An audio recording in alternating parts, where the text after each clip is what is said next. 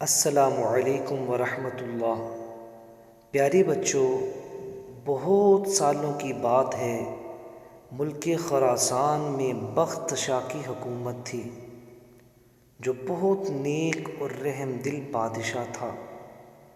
اس کے برعکس بخت شاہ کا وزیر انتہائی مغرور اور بد مزاج شخص تھا۔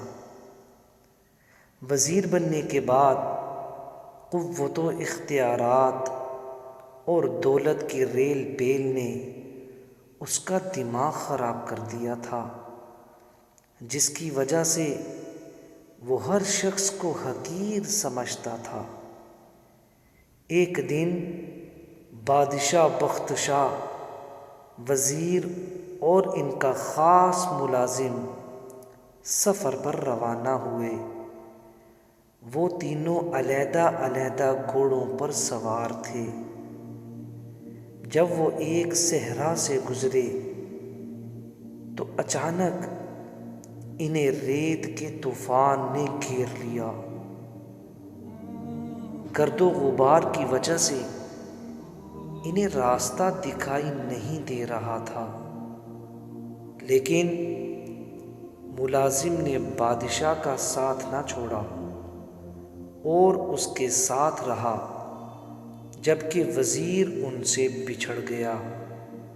کچھ دیر بعد جب طوفان تھما تو وہ دونوں الگ الگ وزیر کو تلاش کرنے لگے۔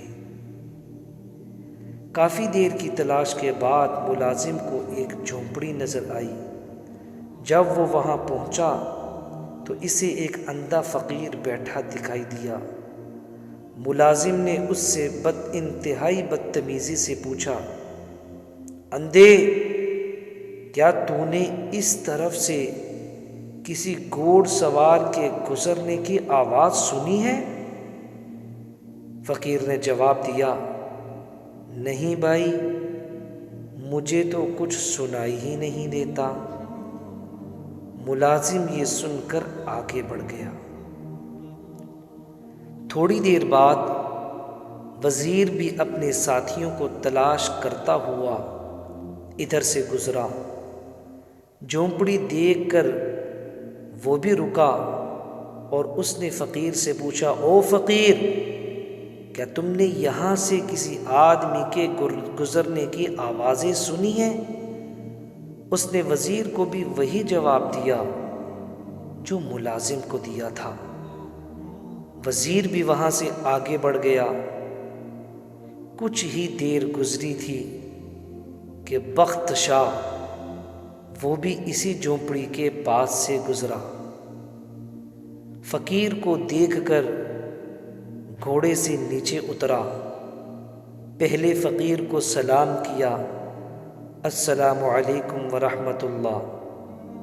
اس کے بعد انتہائی ادب سے پوچھا، شاہ صاحب، کیا آپ نے کسی گھوڑے کی آوازیں سنی ہیں؟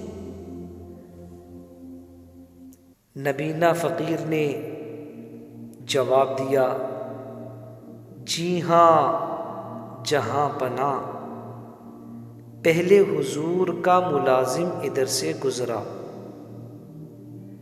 پھر آپ کا وزیر۔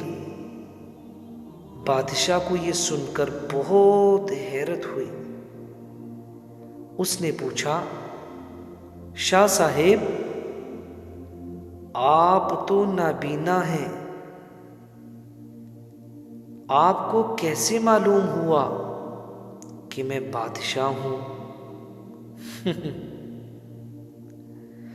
یہ بات سنی تو اندھے فقیر نے مسکرا کر جواب دیا، عالی جاں، آپ کے ملازم نے مجھے اندھا کہا، آپ کے وزیر نے مجھے فقیر کہا، حضور نے مجھے شاہ صاحب کہہ کر مخاطب کیا، لہٰذا گفتگو اور لہجے سے میں نے اندازہ لگا لیا کہ کون کس مرتبے کا آدمی ہے۔ بخت شاہ فقیر کی باتوں سے بہت خوش ہوا اور اسے انعام و اکرام دینے کی کوشش کی۔ لیکن فقیر نے لینے سے انکار کر دیا۔ بادشاہ فقیر کی جھونپڑی سے رخصت ہو کر محل پہنچا، جہاں ملازم اس کا انتظار کر رہا تھا۔ اس نے اسے فقیر سے بیہودہ انداز میں گفتگو کرنے پر سرزنش کی۔ اس دوران وزیر بھی محل پہنچ گیا۔ بادشاہ نے اسے بھی نبینہ فقیر سے ہونے والی گفتگو سے آگاہ کیا، پھر دونوں کو سمجھایا کہ اعلیٰ مرتبے یا عہدے کے نشے میں کسی انسان کو کمتر اور حقیر نہیں سمجھنا چاہیے۔